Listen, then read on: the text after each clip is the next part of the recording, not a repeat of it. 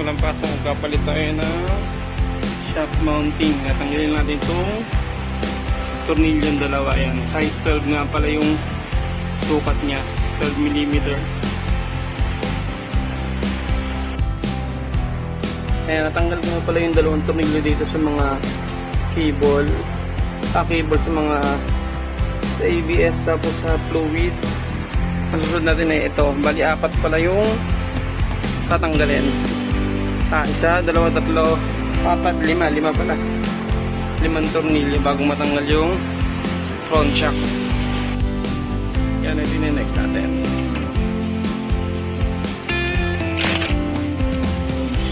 Ayan, saglit lang siya, maluwag lang pala yun.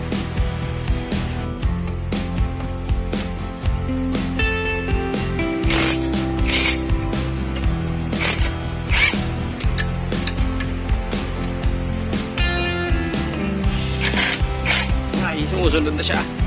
Pero madali lang matanggalin. Ayan, natanggal ko na yung front shock natin. Grabe, oh. Ang lakas na pala ng galaw nitong shock mounting natin. Sira na yung goma.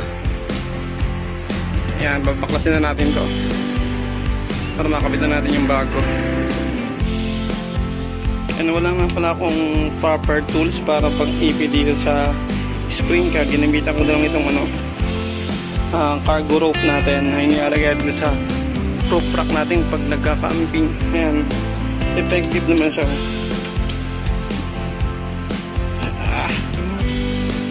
Hirap nga rin isang kamay, pero effective siya. Kumababa.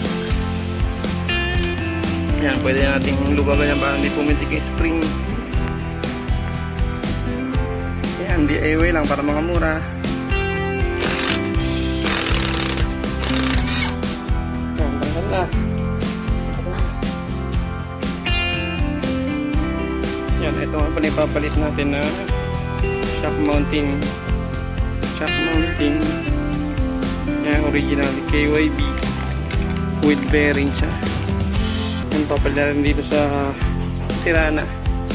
Yan, malakas na yung kalampag pag napunta sa lubak. Kaya palitan natin parehas dalawa. Yung shock okay pa naman, nagbabounce pa naman.